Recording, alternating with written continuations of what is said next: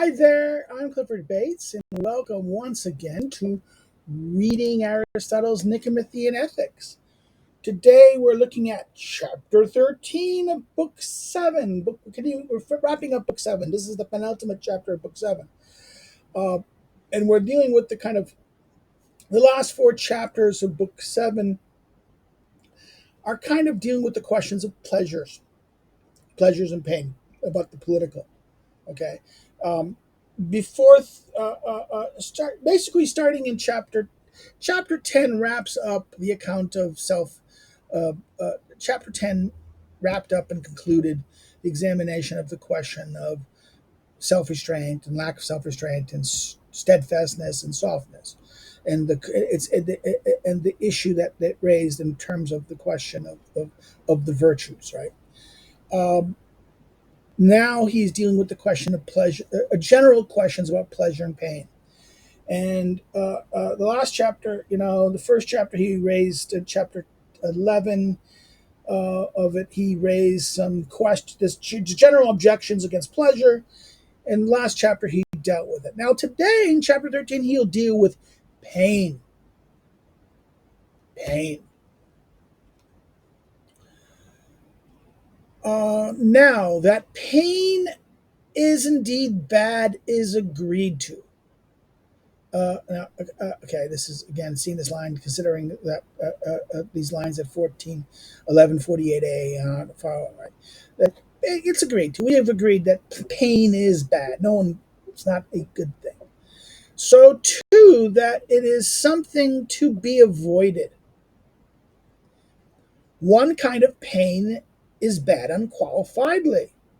Another is bad by dint of it being in some ways an impediment. So there's two kinds. There's a unqualifiedly bad pain, but this is a pain because this pain is an impediment to something. Okay, so one is unqualifiedly bad and one is qualifiedly bad because it's an impediment. On the contrary, and the contrary of something to be avoided. And the contrary of something to be avoided, insofar as it is to be avoided and bad, is good. Okay, so and the contrary of something to be avoided, insofar as it is to be avoided and bad, is good. So it's good to avoid pain in that sense. It's the contrary of something to be avoided, something that you should avoid, the contrary of it, insofar as it is to be avoided and bad, this is good. It is necessary then that pleasure be something good. So therefore, this is the interesting point, that he deals with pain, that pain is bad. But there's two types of pain: the unqualified pain and this. But if pain in the unqualified sense is bad and something we should be avoid, then that must be good. So we get a negative argument for the goodness of pleasure here. As for Stipithius, okay, su,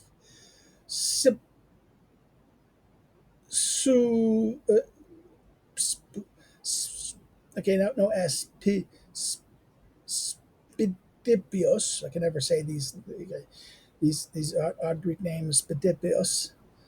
Spidipius was an Athenian philosopher related to Plato, who took over leadership of the academy, right?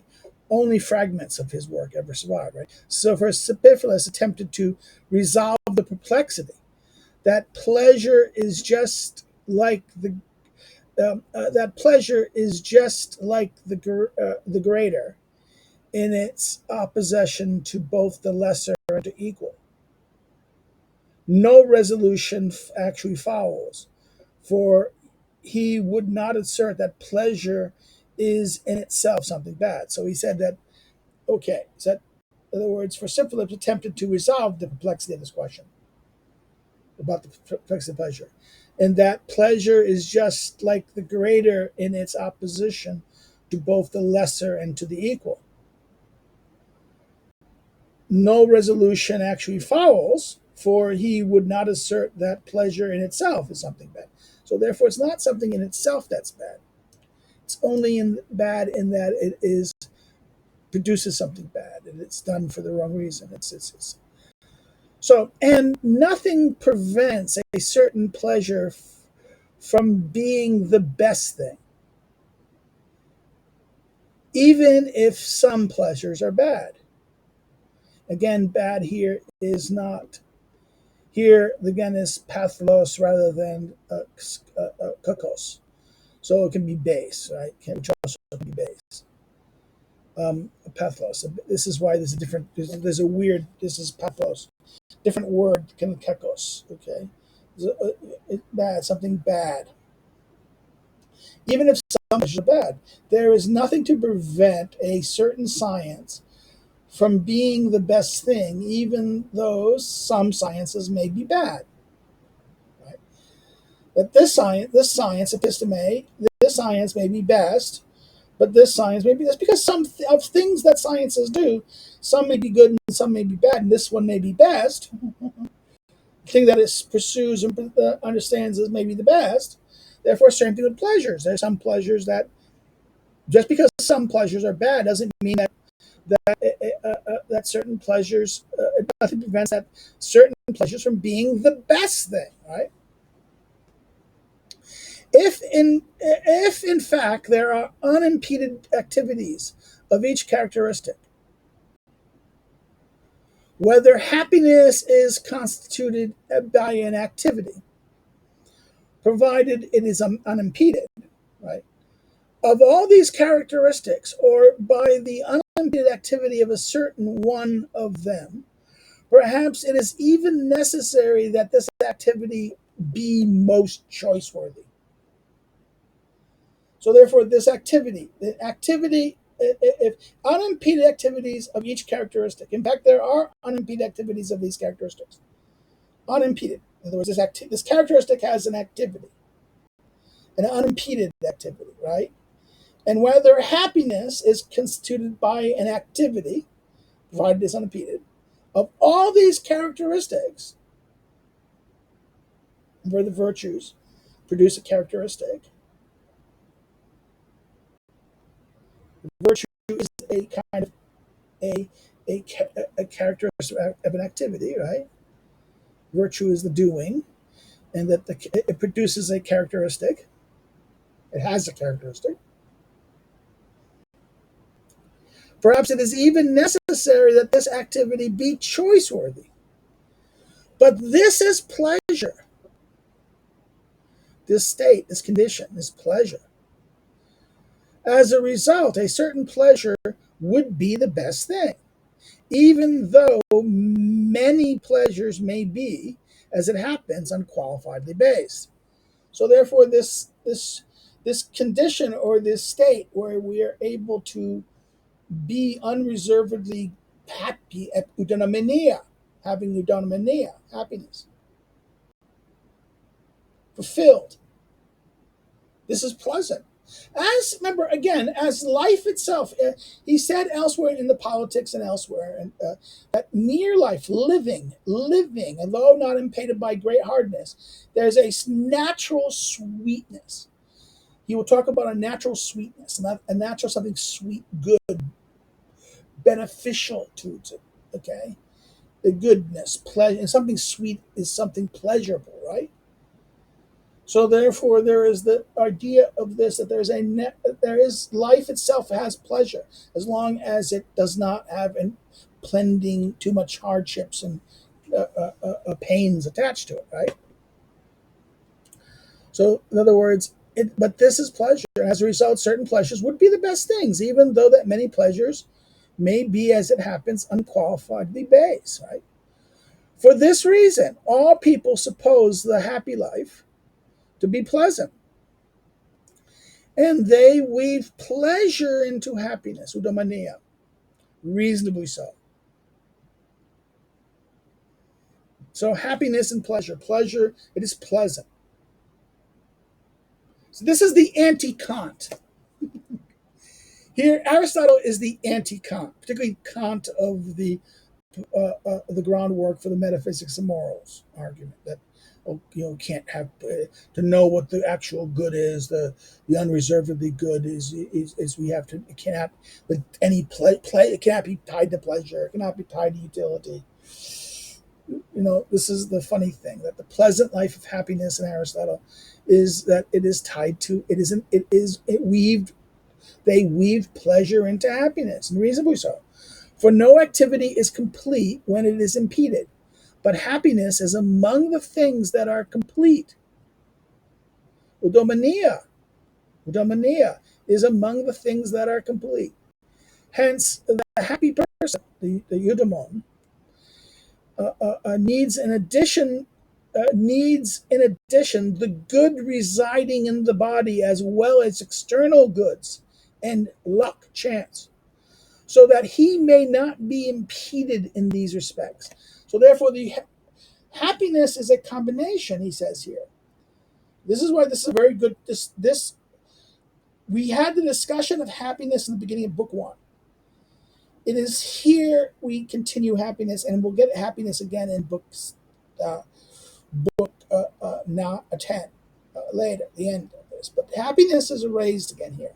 The happy person needs, in addition to the goods, the good thing, residing in the body, as the body, the person's body, the good health state condition like this, as well as external goods. The external goods. So the bodily goods, but the external goods, and chance, so that he is not impeded in these respects. And those people who claim that somebody being tortured on a wheel or meeting with some great misfortune is happy, if he is good, makes no sense, either voluntarily or involuntarily. In other words, you cannot say a person being tortured is happy, eudaimon. Even either voluntarily or involuntarily. If he is good, if he's a good person and he's being tortured, this is not this is not going to be. In other words, he cannot be happy in that sense.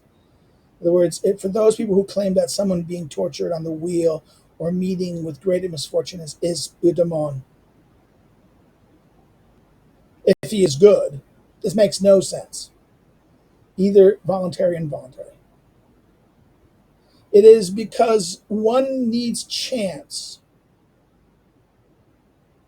In addition, that good fortune is held by some to be the same thing as happiness, though it's not. Even though good fortune, when in excess, acts as an impediment. And perhaps it is not just to call this good fortune any longer, for its definition is relative to happiness. So this definition, this is here the horos, defining boundary. Horos, it's defining boundary is relative to. So it's not good fortune. If you have good fortune is too much of it, this is no longer good fortune. It's an impediment. But you need good fortune. Good fortune is the right amount of fortune is necessary. If you have you don't have good fortune, then you can't be happy. But too much good fortune can be an impediment to your virtue, and that can lead you no longer to be good, right? So therefore, this is why it's a mean to fortune in that sense. This is why you can't have you need fortune. Even having fortune is kind of a mean state. As having none, a deficiency of fortune is bad, and having excess of fortune can probably be problematic. In that sense, it's no longer good, and therefore that fortune is no longer good, right? It's no longer good because its definition of good fortune is tied to this border condition, this condition of a defining boundary, right, of what is happiness to happiness.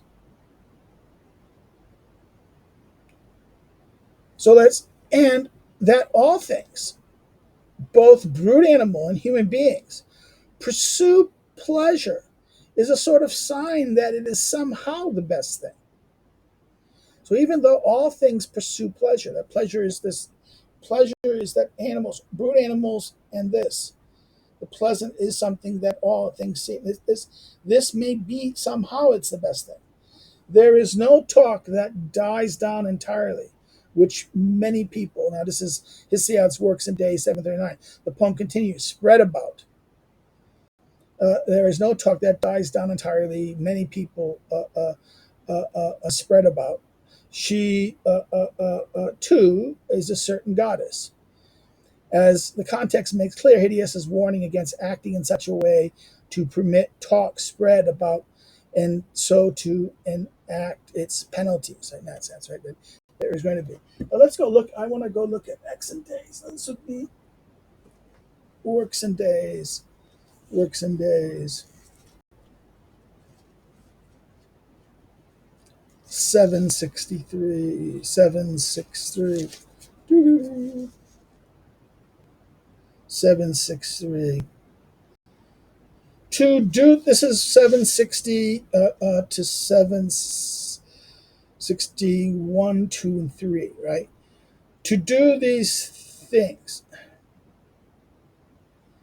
and avoid mortal talk, for talk can be fearful.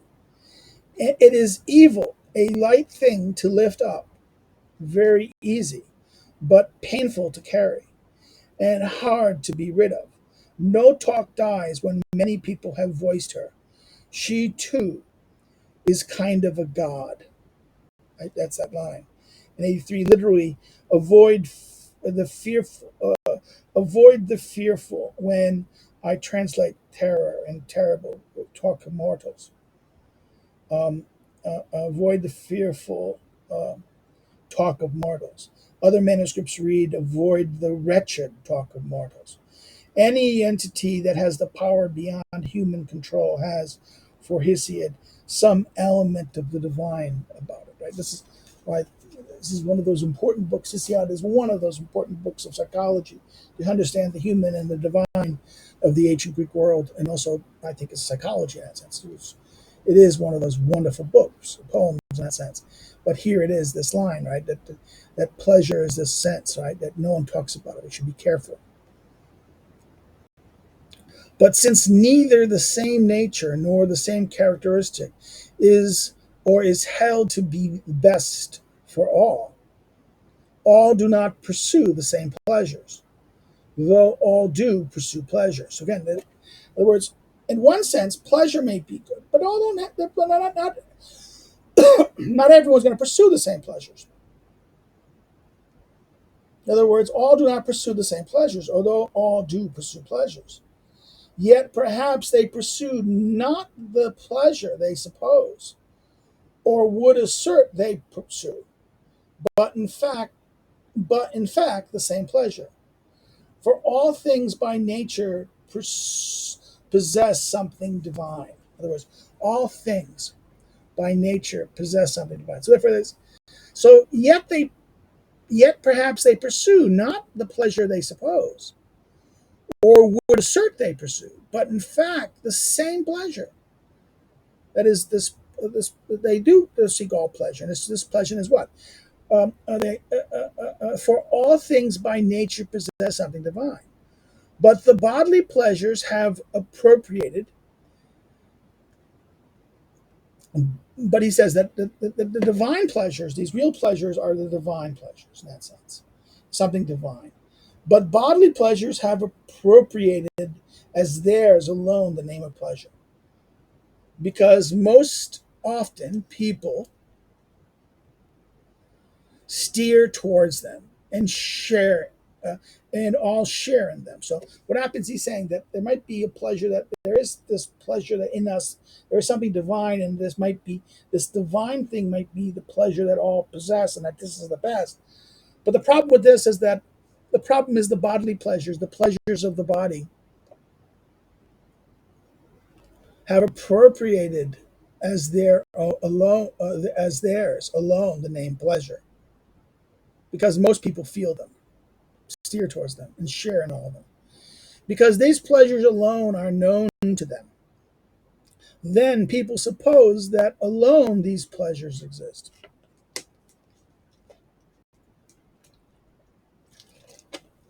Hence, this is the problem, right? This is the bodily pleasures are known to all. These are the common ones that we all know. All animals have it. All bodily feeling beings have it. All animated, living, sensing, feeling creatures have pleasure and are moved by, therefore, pleasure and pain, right? Because these pleasures alone are known to them, then people suppose that only these pleasures exist, not higher pleasures, the pleasures of the soul, right? The pleasures of the body, because we have the bodies, we do this, right? But it is manifest also that if pleasures and activities are not good, the happy person will not live pleasantly.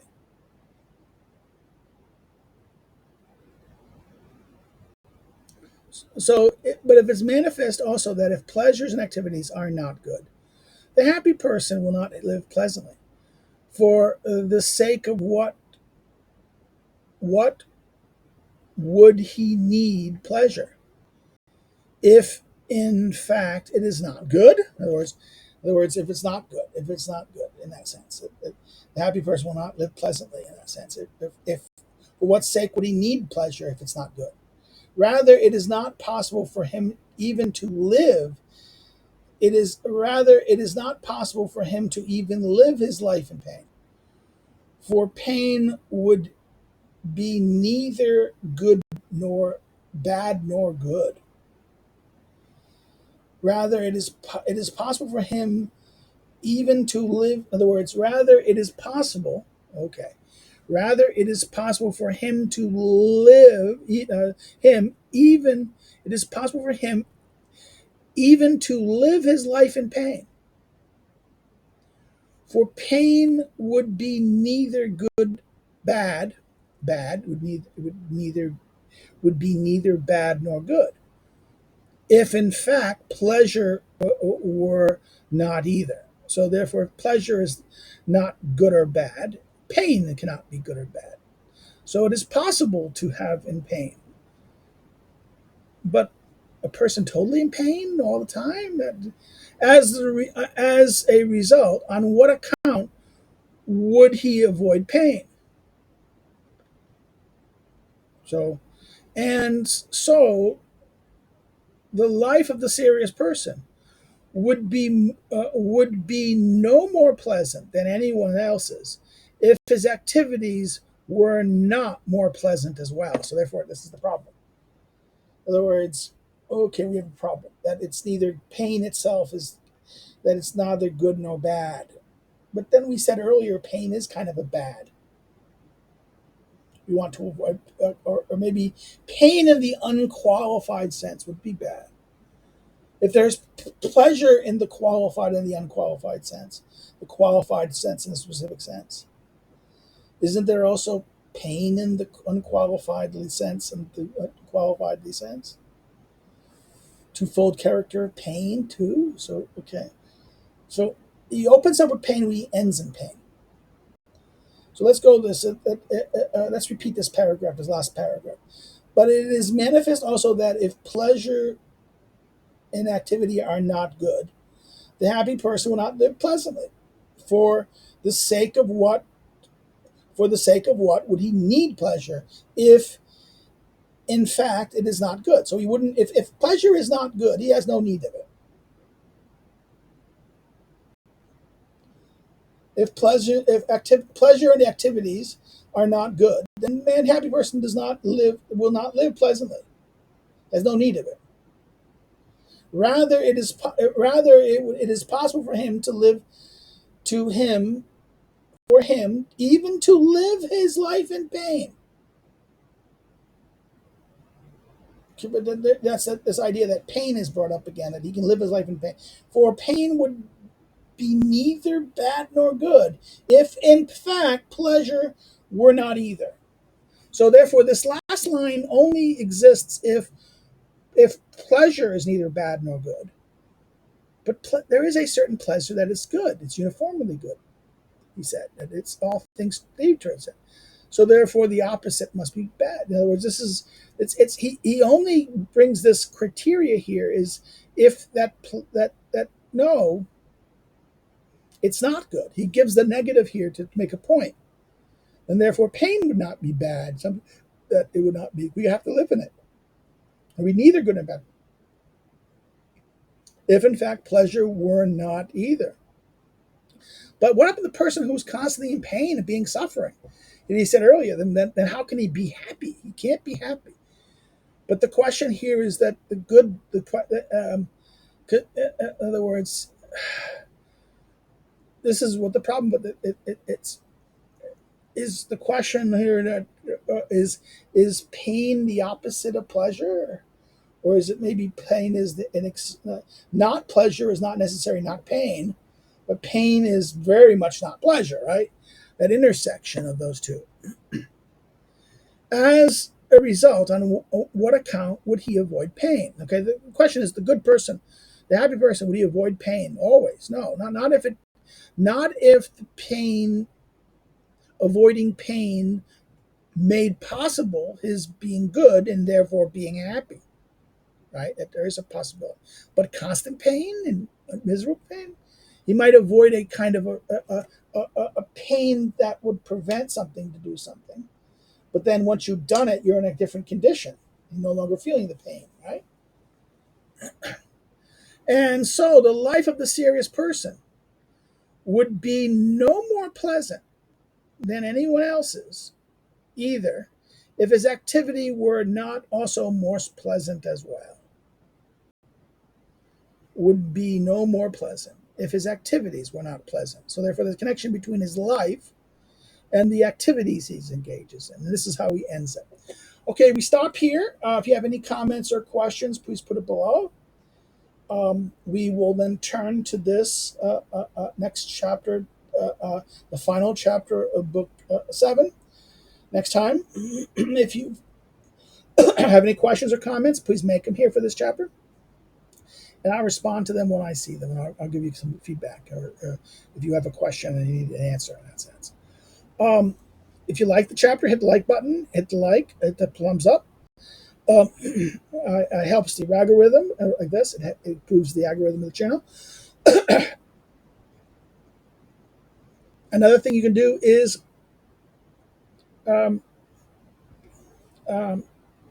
share it with your friends, share it on social media, share it on your email to a friend, share it on social media, share an account, spread it far and wide, share far and wide. Helps every time you do this, it kind of helps the algorithm a little bit, as they say. Another thing you can do is if you have not subscribed, please consider subscribing. If you know someone who may be interested in our channel, encourage them to come and look at the channel and maybe subscribe. Or to encourage them to come and watch it, check us out. Maybe they will subscribe as well. Also, however, you didn't like what we did, you can always thumbs down, but say why in the comments. This way people can learn. You can benefit from your criticisms. And that, because again, why we're doing this is not for ego per se, but a little bit of learning and help, giving a process by which people can learn and understand these texts, these classic texts. Another thing you can do is you want to follow me on social media. My social media links are below. Another thing you can do is you want to know more about me as a scholar and a researcher. You can see my academic social media links below that. You can check me out as a scholar and a researcher and see what I'm doing. Another thing you can do is you can want to help me to do what I do. You want to contribute financially in that sense. You can do so through Patreon or Subscribestar. The links are below. Or you can buy one of my books. So I have my list of the 3 books that are currently available. You can order it through your local bookstore or through an online bookseller like Amazon or Barnes & Noble or Libris or those companies available. Or you can order it directly through the publisher. Well, that's it. Next time we meet, we will wrap up we'll look at chapter 14 of book 7. Take care. Bye-bye, and have a great day.